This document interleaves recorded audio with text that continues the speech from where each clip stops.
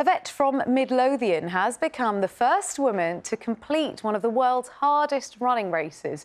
Jasmin finished the 100-mile Barkley Marathon in Tennessee with just 99 seconds to spare. Our reporter Simon Jones has the details. She said her body was screaming at her to stop, but Jasmin believed in herself and made it to that finish gate. Her legs scratched from days of running through thick woodland. This is what exhaustion combined with joy looks like. The legendary course once featured in a documentary called The Race That Eats Its Young. The Barkley Marathons involve running up and down the equivalent of 60,000 feet, about twice the height of Mount Everest, in extreme heat. The route is unmarked, so competitors have to memorise it, and it begins when the race creator, known as Laz, lights a cigarette. And for some people, just to get back to camp alive is all they want in the world. Fellow ultramarathon runners are full of awe.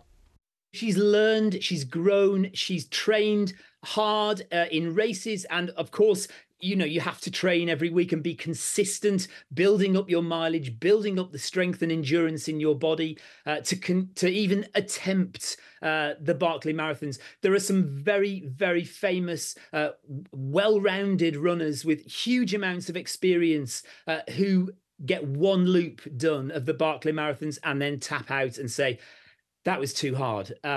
Jasmin did all 5 loops. This is Jasmin about to set off on the final loop, and it's not the first time she's made history. In 2019, she completed the Spine race from Derbyshire to the Scottish borders, a mere 268 miles in 83 hours, 12 minutes and 23 seconds. She broke the course record by more than 12 hours, expressing milk for her baby along the way.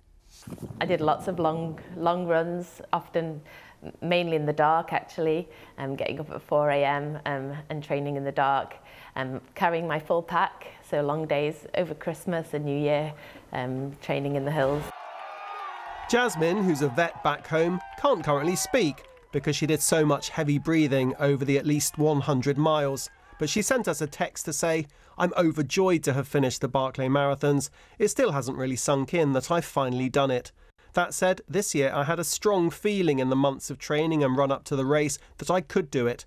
Those final moments have redefined for me what I am capable of. Now, some much-deserved rest before the inevitable next challenge." Simon Jones, BBC News. Well, you need a lot of rest after that. I mean, what an amazing woman. Yeah, what an achievement. Congratulations, what an achievement. And from one extreme race to another. Today, hundreds of waiting staff will be running through the streets of Paris, desperately trying not to spill their trays of coffee or croissants. Yeah, no mean feat. It's because the famous waiters' race returns to the city after a 13-year break. The contest, which is over 100 years old, believe it or not, sees servers complete a 2-kilometre loop while trying to avoid any spillages. Paris stopped hosting the event in 2008 because of the cost, but it's been revived in the run-up to the Olympics. Well, I mean, I suppose it gets you in the mood for Olympic running, doesn't it? 2 kilometres. I've been in cafes where they can't even get from the kitchen to my table without spilling the coffee. How do you do it with 2 kilometres? I know. Well, is it at speed? I imagine it's more about balance and speed. Either way, I'd fail.